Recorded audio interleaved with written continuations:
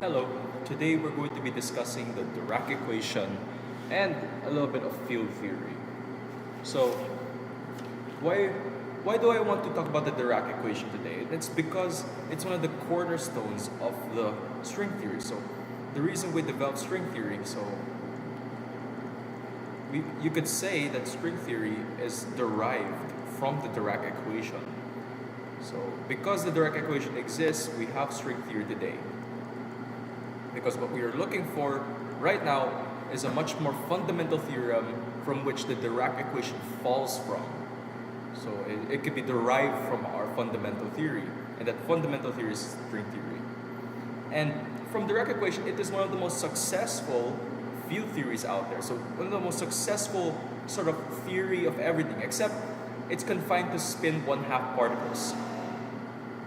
So the limitation with the Dirac theories is that we're limited to spin 1/2 objects, so particles, so-called Dirac particles.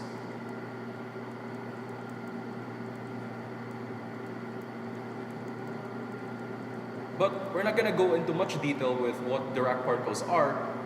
The upshot of today's lecture is that I want you guys to come away from this lecture with a newfound appreciation for the Dirac equation. Because from the Dirac equation, we get stuff like matter and antimatter pairs. And because we have matter, we have antimatter, we have stuff or phenomena with polar opposites. So same energy but polar opposites. So Femboys and Tomboys. So likewise, the MILF and the DILF. But we're not talking about the fundamental MILF string, but rather the phenomena. So there's also, what else? The Catboys and Catgirls.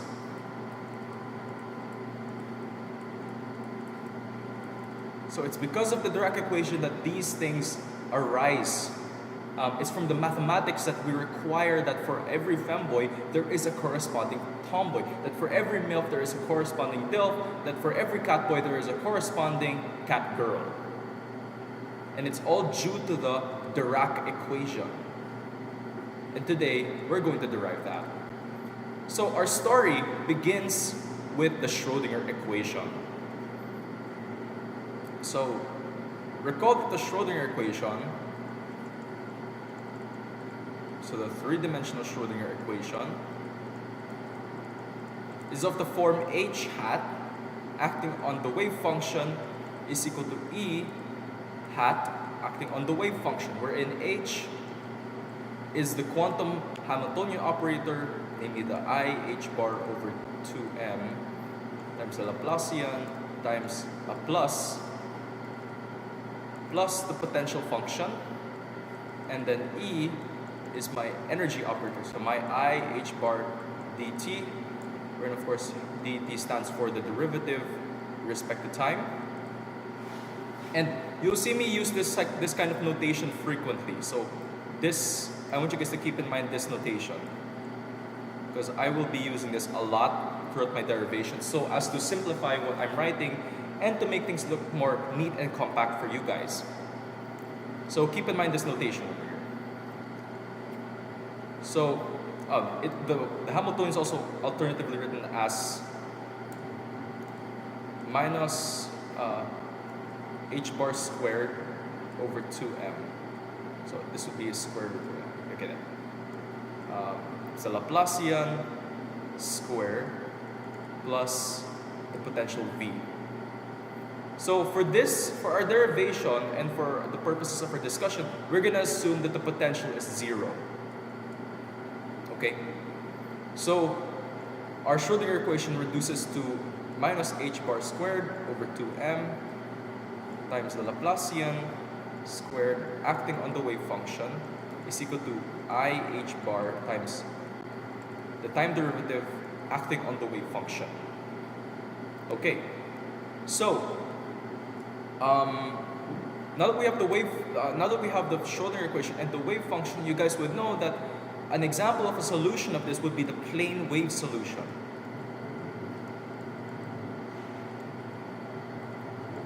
And this takes on the form psi of xt is equal to n, a renormalization constant, times e to the I over h bar times the momentum p x minus the energy times time.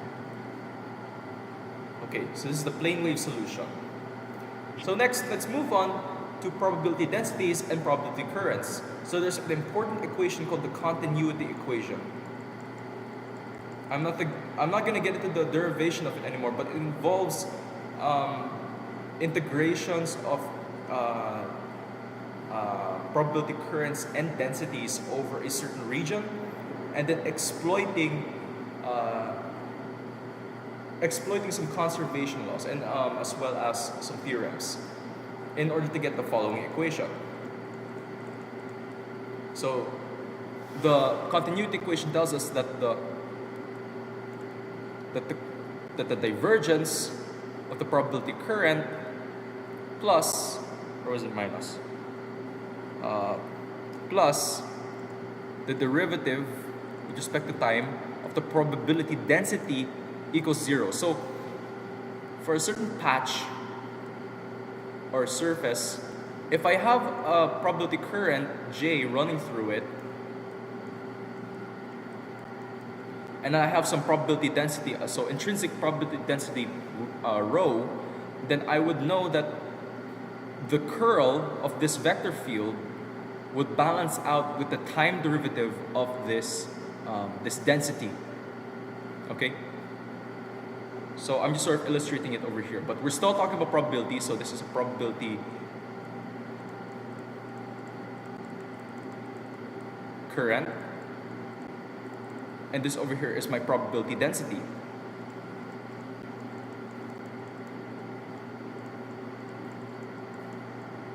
Okay? So that's what the continuity equation tells us, and we're going to use this equation a lot. So again, I'm gonna take note of this. I want you guys to take note of this equation because we're gonna use it a lot in our derivation process to find probability currents and densities and make some physical assumption or physical conclusions from what we derive. Okay, so moving on. How then would we find the probability density and the probability current of our wave function? So of course, the standard procedure would be to multiply both sides of the equation of the Schrodinger equation with the complex conjugate of the wave function. So again, remember, complex conjugates. So if I multiply both sides of the equation with the complex conjugate and then do some algebra and then rearrange and compare values, I get that the probability density of my wave function is simply the wave function's complex conjugate multiplied to itself, and the probability current is minus I h bar over 2m times the product, sort of the product, you would say the product of the product derivative of the wave function with its complex conjugate, but I'm just going to write it this way. So the complex conjugate times the Laplacian of the wave function minus the wave function times the Laplacian of the complex conjugate. So there. What we want to focus though is this over here, the probability current. For any solution you get, so long as it arises from the Schrodinger equation, this is actually positive definite. So the best case scenario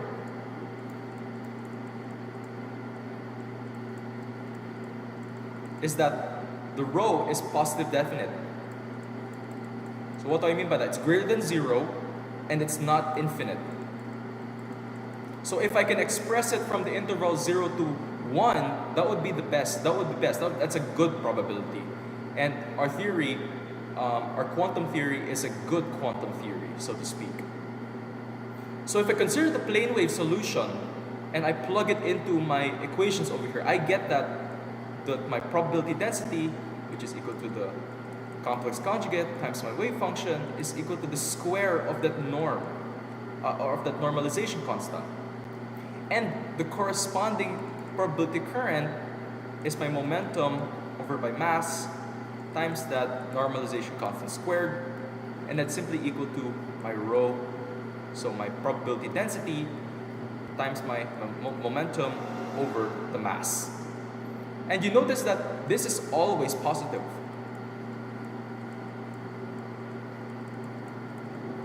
And that's a good thing because, again, we want our probability density to be positive definite because it wouldn't make sense to talk about negative probabilities. So that's what we get from, essentially from our Schrodinger equation type theory. So, what then? What now? The problem with the Schrodinger equation. So here are some problems with the Schrodinger equation. So the main problem. So the upshot of these problems with the Schrodinger equation. So the main problem with the Schrodinger equation is that it is non-relativistic.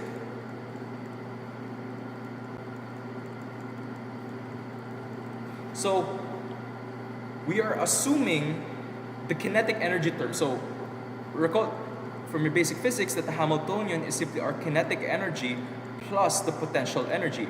This potential energy is in the form V, and this kinetic energy is in the form P squared over 2m. It depends on the situation on what V is. But the kinetic energy is P squared over 2m. That's what we assume in our Schrodinger equation. And this is a classical interpretation of my kinetic energy. Okay?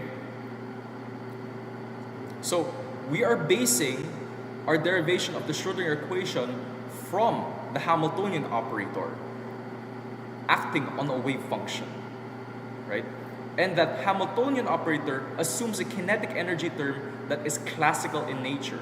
So therefore, our theory is inherently classical, even though we are, of course, admittedly talking about deterministic systems or stochastic systems, so to speak, or systems that depend on probabilities in order for us to study them. So another problem with it being classical is that we only assume speeds that are significantly lower than the speed of light. So speeds significantly lower than c. So we assume, but the problem is that's not how reality is, because we know that photons, right? We know that photons travel near the speed of light. In fact, they travel at the speed of light because they are the medium for light. So we cannot really use although it's a good approximation for low velocity particles, when we actually get to relativistic speeds, so when I start talking about general and special relativity, or if I try to merge with Catboy gravity, the thing is, it's not fundamentally compatible. So that was the main sort of thing that that physicists tried to crack. This is what they tried to crack throughout the 20th century. And this is where Klein and Gordon came into the picture. So with their famous Klein-Gordon equation, which is our first attempt, so humanity's first attempt at trying to formulate a quantum theory that corresponds with relativity.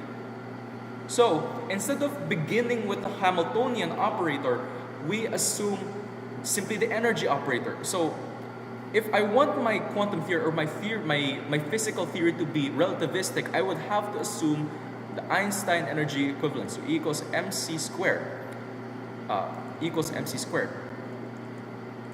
But that is assuming a rest frame. So I'm going to assume one with non-rest frame. So E squared is equal to m squared c to the fourth plus p squared c squared.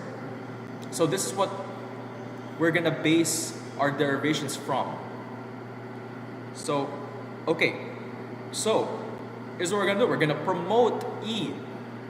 We're going to promote E and P to be operators acting on a field. So, small thing, a field is simply just a function of my space and time.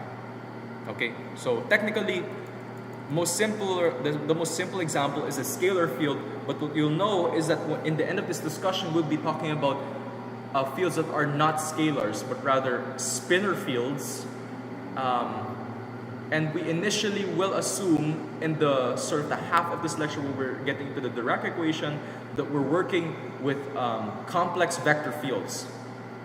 Okay? But just know that from now on, we are now talking about fields. And the reason why I'm not sticking with just the wave function analogy is because it makes our discussion on the interpretation of it all much easier.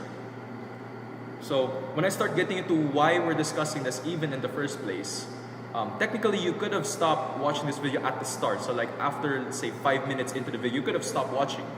Because all you need to know is that from the Dirac equation, we get everything we know from Femboys and Tomboys. So polar opposite phenomena, we get those from the Dirac equation, according to our theory. Okay? So, but I want to derive the equation today and give you guys an appreciation for it. So just bear with me here. So after we consider this relation, we're gonna promote E and my momentum P into operators. So acting on a field, but we still call it the wave function. So I have E squared psi is equal to m squared c to the fourth plus p squared c squared acting on psi. Okay. So next, I'm gonna quantize my E and my P just like I would in the Schrodinger equation. So I'm gonna set I'm gonna send E to I h bar dt, and I'm gonna send my momentum operator to I h bar times, this. And then we allow these both to act on the wave function. So once I do that, I get the following equation. So that's negative h bar squared. So negative h bar squared d squared t acting on the wave function, which is a field already, so minus h bar squared c squared del squared plus m squared c to the fourth acting on the wave function.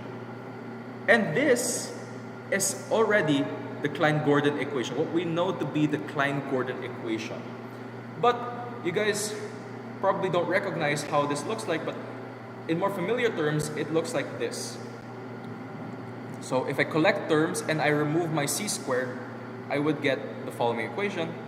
So it's 1 over c squared dt squared minus Laplacian squared plus m squared c squared over h bar squared,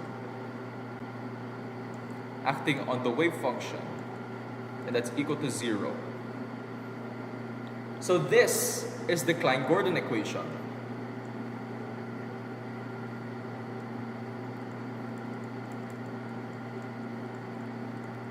But again, this is not the end of the story, because although we have formulated or we have forced our way into a relativistic quantum theory for our particles, this equation poses additional problems. So it has more problems. I mean, not really more problems, but it has, even though we've solved the problems from the Schrodinger equation with it being classical in nature, we have more problems that arises from the Klein-Gordon equation. So again, you can use this as a good approximation equation for the dynamics of a system. However, it now becomes actually harder, because in the Schrodinger equation, all we needed was the ground state, so problems. So in the Schrodinger equation, so problem number 1, in the Schrodinger equation, all we needed, so in order for a system to be fully deterministic, so if I want to determine the dynamics of my quantum system, it must be the case that I can, it must be the case that I only need the ground state of my wave function in order to do computation. So in SE, all we need is, or must be, the ground state of the wave function. Okay? However, in the Klein-Gordon equation, we see that there is a time derivative that is second order in nature. So this term over here is the problem. In the Schrodinger equation, if I scroll up, you guys will see that the time operator is simply just 1. So it's just one time derivative. But now we have to take 2 time derivatives, and that means, so it's second order. So the Klein-Gordon equation, so Klein-KG equation is second order in time derivatives. And that implies that I would not only need, so we not only need our ground state, but we also need the derivative with respect to time of my wave function. This is t in general. So t evaluated at t equals 0. So there are 2 requireds. Even though fundamentally speaking, a wave function really only needs one thing. We only need to compute one thing from the wave function in order to obtain everything we need to know about the system. So we lose that sense of determinism by having to compute 2 different things. And that's sort of the deal breaker for the Klein-Gordon equation. You could ignore everything else, but this is what's fundamental. This is one of the important things that we cannot resolve with the Klein-Gordon equation, that we lose determinacy. So although the mathematics is nice and we were able to find the theory, it's hard to make physical interpretations of the results we made. Okay, so problem number 2.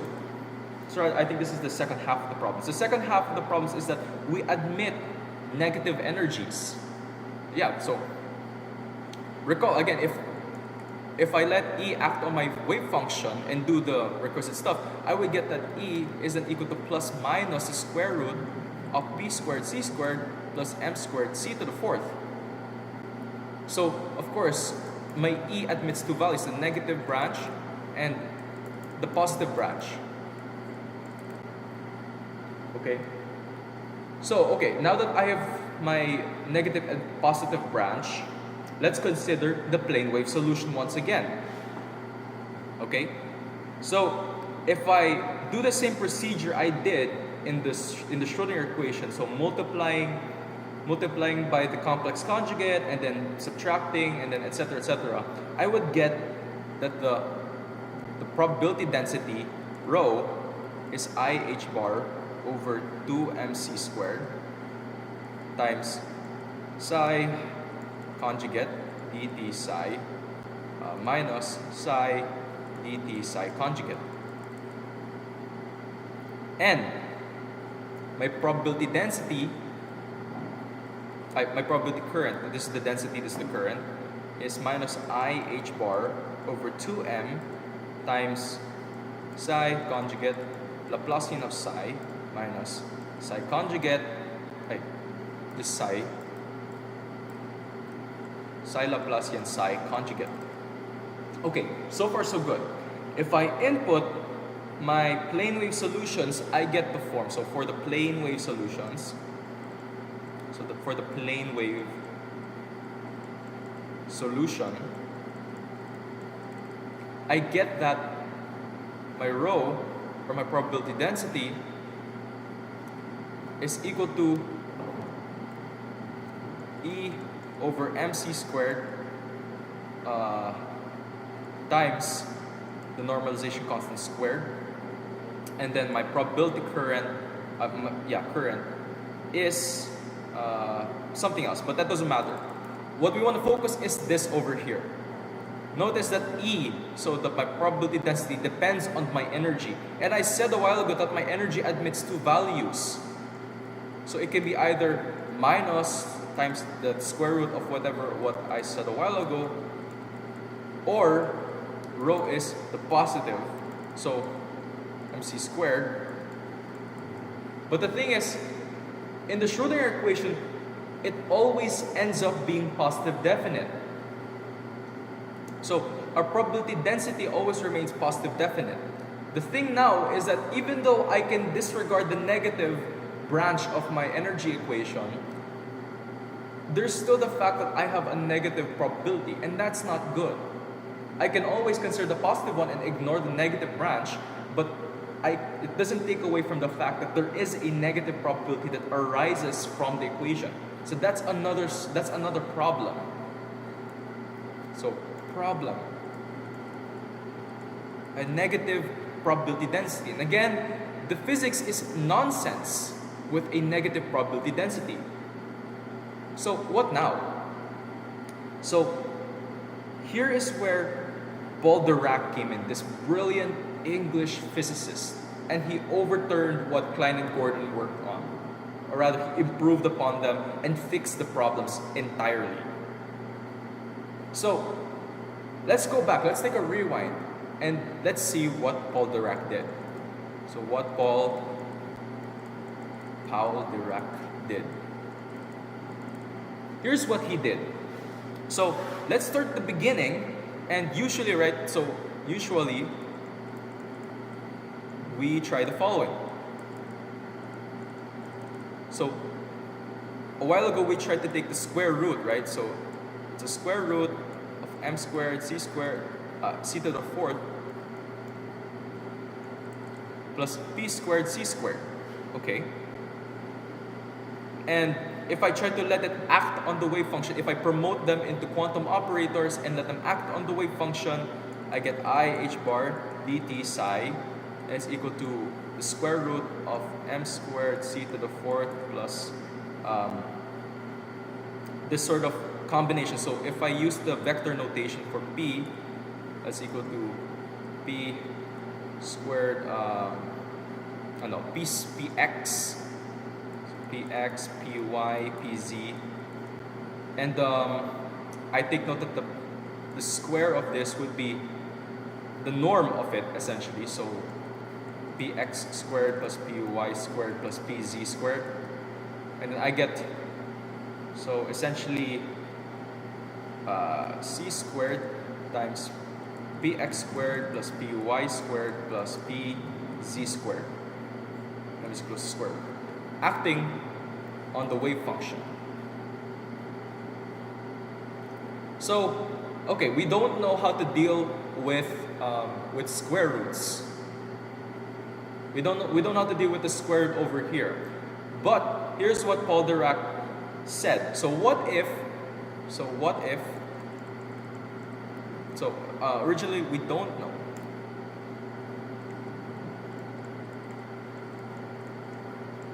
How to deal with square roots in our equation.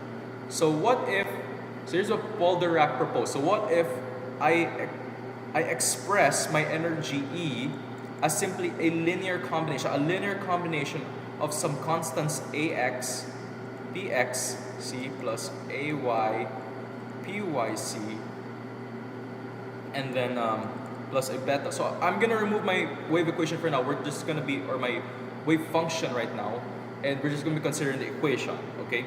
And then we'll let it act on the wave function later, okay? So I don't have to keep writing psi.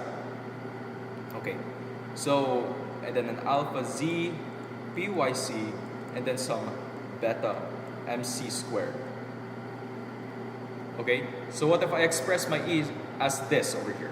So then, I know that my E is equal to the square root of m squared c to the fourth, to the square root of m squared c to the fourth, plus p squared c squared. And that's equal to this expression over here. Next, what we're going to do is we're going to square both sides. Okay? So the square gets rid of this radical over here. And this becomes a gigantic mess. However, if you clear out the algebra, you find the following constraints. So when we do the necessary algebra from squaring this entire monstrosity, we get the following constraints. So we get a set of equations, okay? We get a set of equations, and they lead us to the following constraints. So alpha x squared is equal to alpha y squared, which is equal to alpha z squared, and it's equal to beta, it's equal to 1. So each of these constants, alpha x, alpha y, alpha z, and beta, they square and equal to 1. Next, so they commutate, essentially. So they commute. So any ax, so ay, so the commutator of ax, ay is 0. So is ay, az, so alpha z, and then alpha z, then alpha x. So these guys commute with each other, and they commute with the beta constant. So beta and alpha x commute, beta and alpha y commute, and beta and alpha z commute. Okay, so now the goal is we're now trying to find what exactly those constants alpha x, alpha y, and alpha z are in order to complete our equation. Okay, so what then? So it would be wrong for us to assume that these four constants are numbers. Here's the thing, if I try to assume that these guys are numbers, so if we assume, so it's wrong to assume that, so y, alpha, and beta cannot be numbers.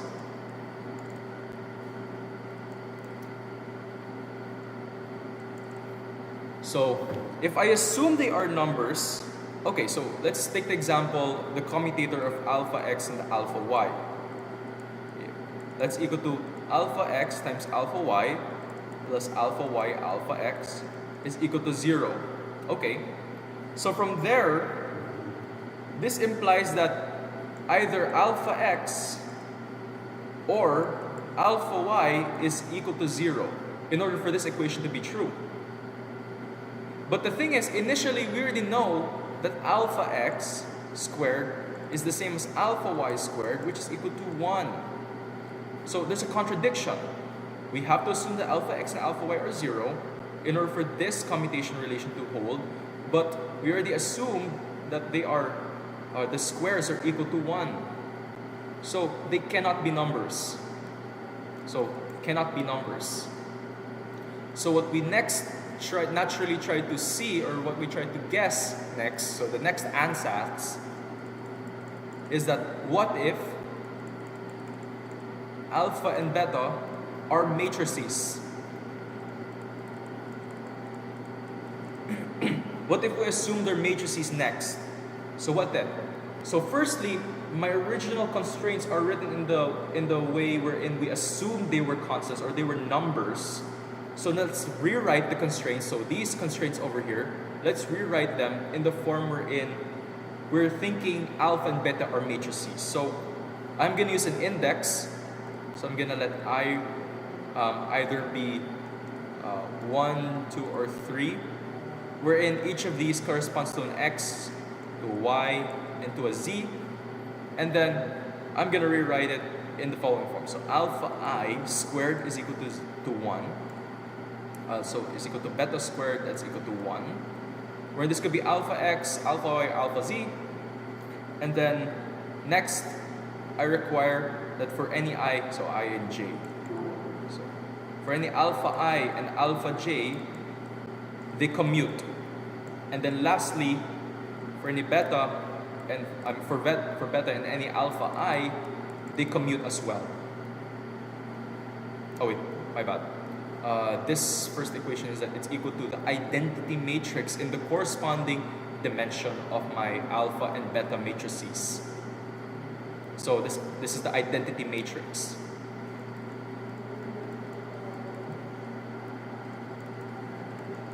In corresponding dimension of alpha and beta. Okay, so next, let's ask what set of matrices satisfy these constraints. So our initial guess would be the Pauli spin matrices. So initial guess.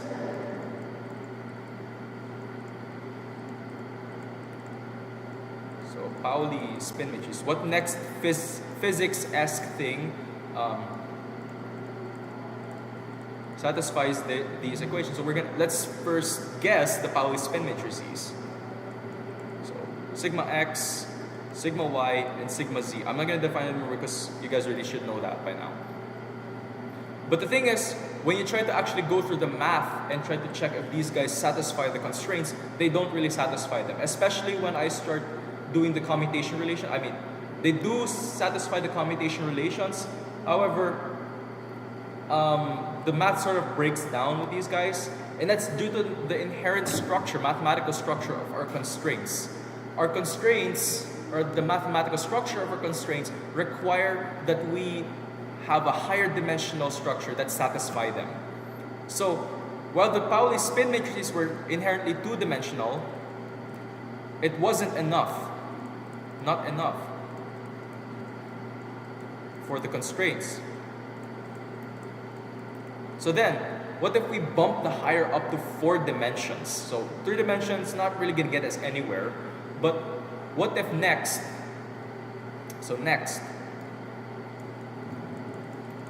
what if alpha and beta were 4-dimensional, so 4 by 4 matrices. So I would say 16-dimensional then. So, okay, so it's difficult for us to know how exactly Paul Dirac came to the conclusion, but what he said, or what he posited was that, okay, what if my alpha were composed of a 4 by 4 matrix with the Pauli spin matrices embedded inside them. So in full form, it would look like the following. So alpha x, he said, will be of the form 0, sigma x, 0. Alpha y would then be 0, sigma y, 0. And then my alpha z were to be 0, sigma z, 0. And then my beta would simply be 0, the identity in the 2 by 2 case, then 0. And this worked. This combination of matrices work. If you run through the math, you would then find out that these guys indeed satisfy the commutation relation. So this combination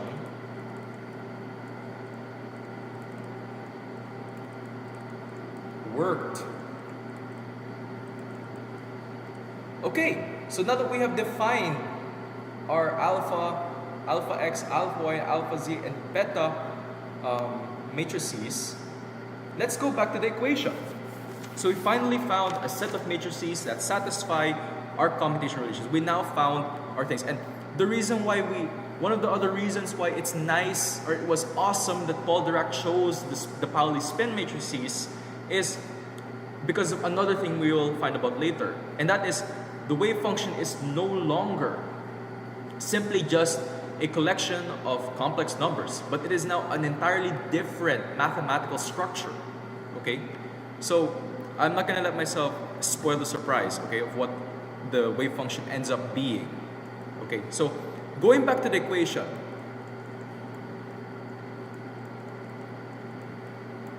So our initial equation, so our E is then equal to, we said alpha x px c plus alpha y pyc plus alpha z pyc, and then pz, that's pz, my bad, plus beta mc squared. Okay, so again, I'm gonna let it act on the wave function. So E psi is equal to this entire expression times psi. And then I'm gonna go through the usual substitution when I'm quantizing the system. Okay? So that leaves me with IH bar dt acting on the wave function is equal to minus I h bar c alpha x dx minus I h bar c alpha y dy minus I h bar c alpha z dz plus bmc squared, beta mc squared, all acting on the wave function. And then in order to simplify the notion, the reason why I just push through it, even though there's really no physical, motivation, is because we found the constants. We know them to be a certain block form of a matrix that such that we embed the Pauli spin matrices in those matrices. So far the mathematics is telling us go ahead, okay? So I'm gonna use the following notation. So we let alpha vector equal the following thing. So it's our triplet alpha x, alpha y, and alpha z. Okay, so the thing is, this equation over here, this is already what we know to be the Dirac equation. This is the Dirac equation already. But what I'm doing now is I'm simplifying it so you guys know it in a much more, so it's in a more simple notation, the one that you guys see a lot on the internet, okay? So I let my alpha vector be that, I let my gradient vector be my dx, dy, dz. And then we notice that the dot between these two vectors, so alpha vector dot, my gradient vector is simply alpha x dx plus alpha y dy plus alpha z dz. So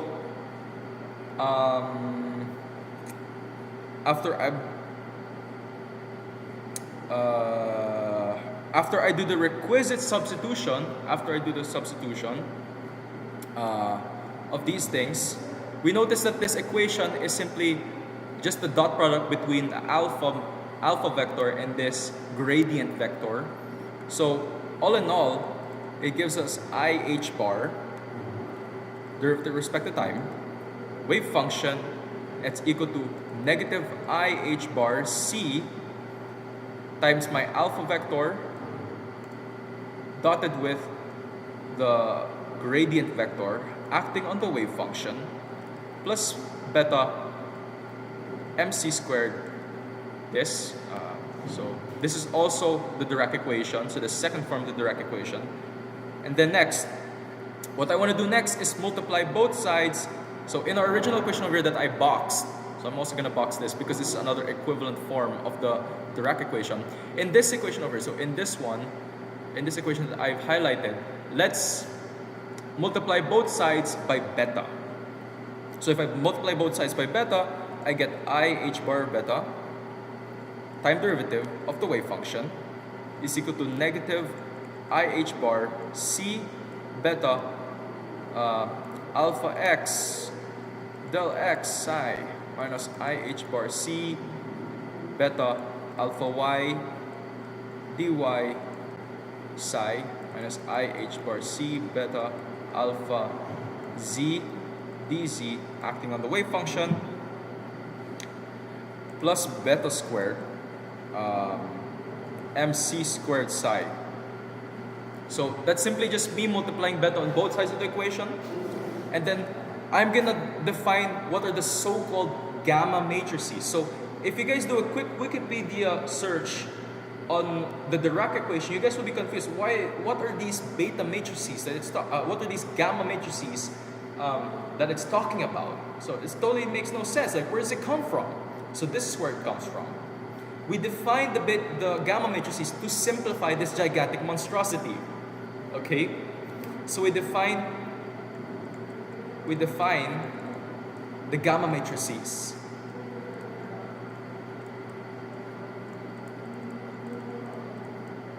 So we say that gamma 0 is beta, gamma 1 is beta times AX, then gamma 2 is beta alpha Y, and gamma 3 is beta alpha Z.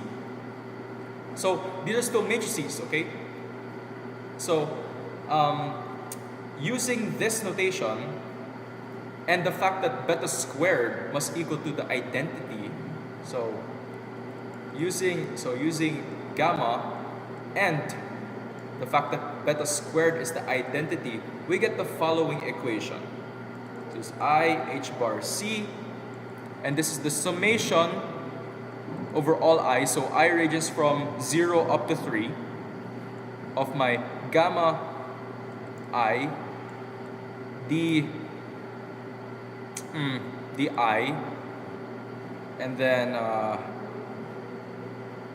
acting on the wave function minus mc squared psi equals 0. And we're almost there. We simply have to use the 4 vector notation. So using 4 vector notation, so to recall 4 vector notation is in the following form. So I introduce a Greek index, 0 to 1, 2, gamma 3, and then I define my operator to be simply, so my derivative operator to be 1 over c del x del t, that's del t, del x del y del z, and these guys are simply del 0, del 1, del 2, and del 3. So when I introduce that notation, I get the following much more simpler terms, much more simpler equation. So I h bar c, that's summation over mu of my gamma mu del mu minus mc squared acting on the wave function is equal to 0. And finally, after employing Einstein's summation convention, so Einstein notation, wherein we simply drop the summation symbol when we have 2 Greek indices in the upstairs and downstairs position. I h bar c, gamma to the mu, del mu minus mc squared, all acting on the wave function, is equal to 0. And that is the Dirac equation you guys are familiar with. So there was another quite famous physicist called Feynman, who introduced another piece of notation to simplify it further. So it's called the Feynman slash notation. And you'll find this a lot, especially when you're trying to read other physics equations like the standard model Lagrangian. You guys will see this notation a lot. So the notation is simply del slash is equal to the gamma matrix times this. And using the Feynman slash notation, my equation simplifies further to I h bar c del slash minus mc squared times the wave function is equal to 0. And, okay, I'm gonna box this as well. I like this notation more because it looks more simpler. Albeit it still conveys how complicated this thing started out. Okay, in natural units,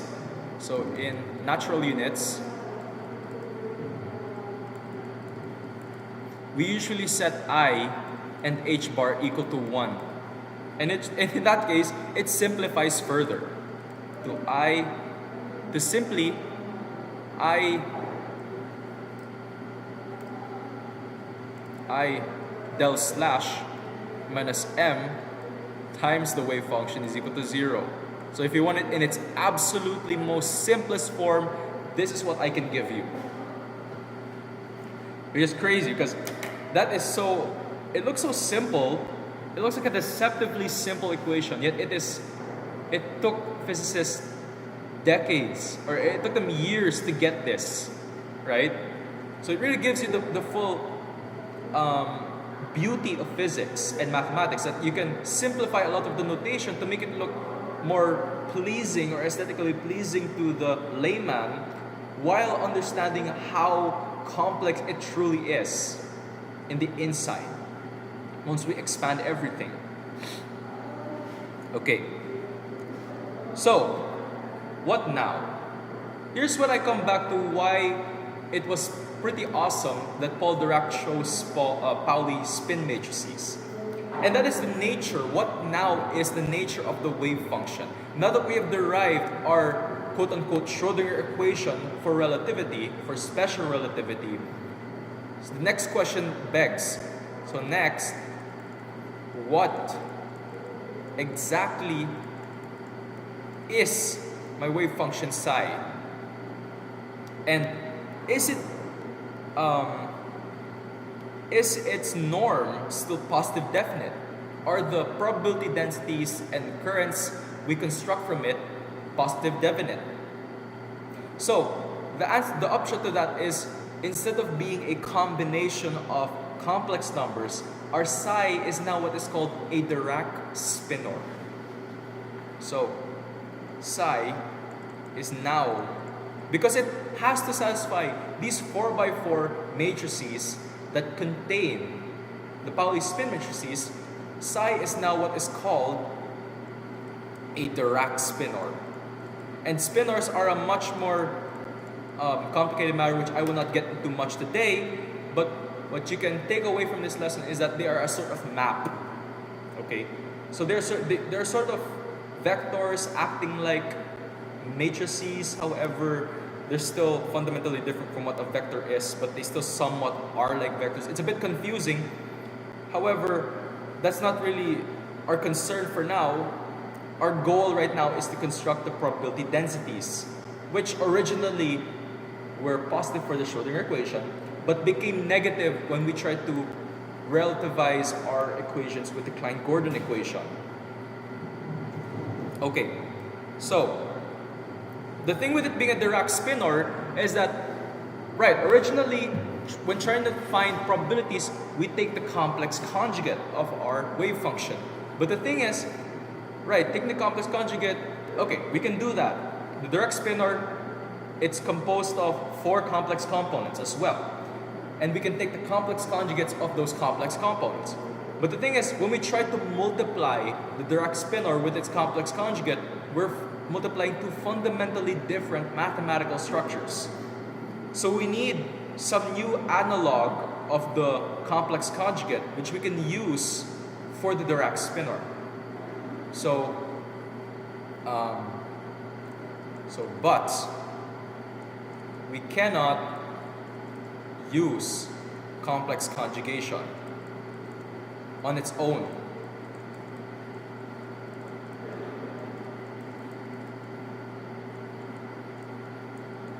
To find probabilities.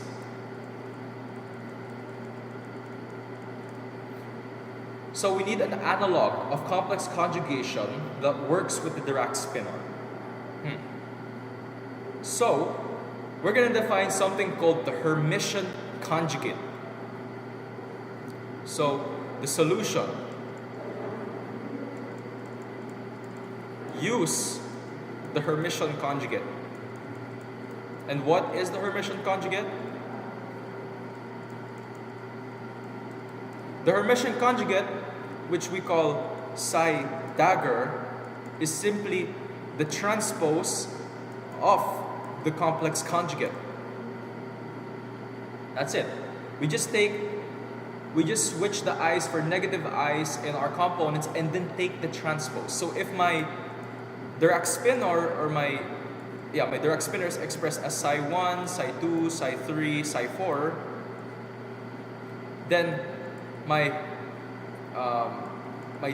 psi dagger or my Hermitian conjugate is then my psi 1 conjugate, psi 2 conjugate, psi 3 conjugate, and then psi 4 conjugate, but transposed. So instead of being a column vector or column spinor, it's now a row spinor. And then from there, we can actually take the norm. So now, psi and then psi conjugate is now mathematically defined. So mathematically well defined.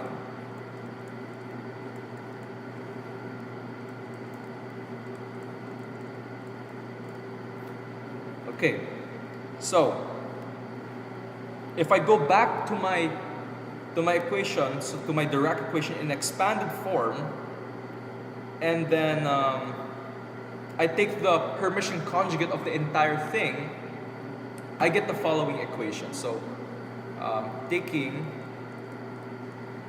the Hermitian conjugate of the expanded Dirac equation, I get the following equation. So this is what I did was I switched my i's with negative i's, my psi with the complex, my Hermitian conjugate, and then I switch my operators essentially. So I h bar c dx psi dagger alpha x dagger plus I h bar c del y psi dagger alpha y dagger plus I h bar c del z psi dagger alpha z dagger plus mc squared psi dagger beta dagger. Okay, so I'm gonna do the same procedure as we did with the Schrödinger equation and the Klein-Gordon equation, and subtract the original equation from this Hermitian conjugated form of the Dirac equation. And once I do that, and then clear out all the mathematics, I get the following. Equation. So dt, so I h bar dt of my psi dagger times psi is equal to minus I h bar c times the gradient of my psi dagger alpha vector times my psi. So this is the gradient dotted with this, okay?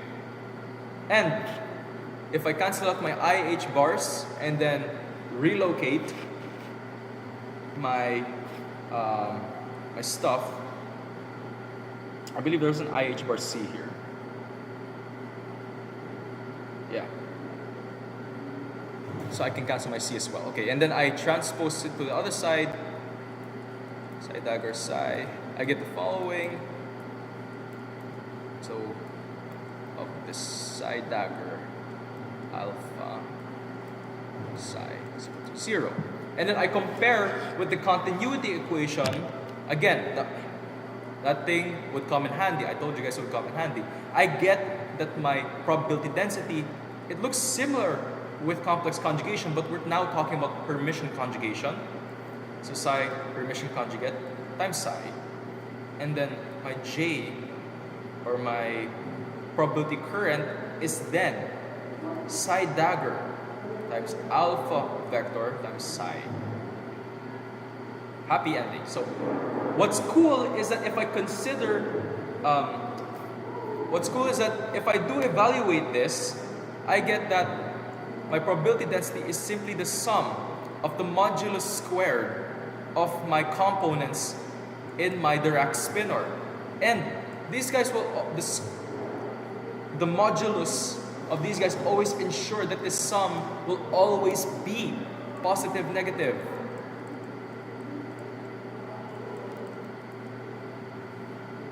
Okay, and that's why it's really genius, because it's non-negative. So no matter what wave function I put in, or what solution I put in there, if I consider the plane wave solution, which would still solve it, it would still give me a positive, not negative. that's pretty bad. I meant positive definite. I would still get positive definite probability amplitudes or probability densities, just like the Schrödinger equation. So we solved that problem. Dirac solved that problem of there being negative probability densities in the Klein-Gordon equation by doing this simple sort of thing of assuming we can linearize that square root inside the right-hand side of the equation. So again, quite genius. That from the Klein-Gordon equation. So if I want to rewrite it again, so I del slash minus m times our Dirac spinor is equal to 0. So from this small equation, everything we know is possible. So polar opposites are possible. So femboys and tomboys are possible because of this equation. So the phenomenological MILF and DILF is made possible with this equation. Catboys and catgirls. Though we're not talking about astronomical catboys like we talk in catboy gravity, we're now talking about quantum mechanical or subatomic catboys. So note, subatomic catboys. So we're more talking about the more fundamental version of them rather than the relativistic or astronomical version, celestial version. And catgirls as well. And more polar opposites. I don't know, polar opposite phenomena that you guys can think of. It's all due to the Dirac equation and this brilliant British physicist. And I really hope that you guys took away something nice or took away a newfound appreciation for why we do physics. Why we're doing MILF string theory right now is because we are pushing the boundaries of physics. We are pushing what's possible, what isn't, for the sake of you guys. And for you guys to better quantify or understand these internet phenomena. And that's how I would like to end my lecture today. With the Dirac equation. I'm just gonna leave this on the screen for you guys to appreciate, because for me, oh boy, is this an awesome formula. This is an awesome equation.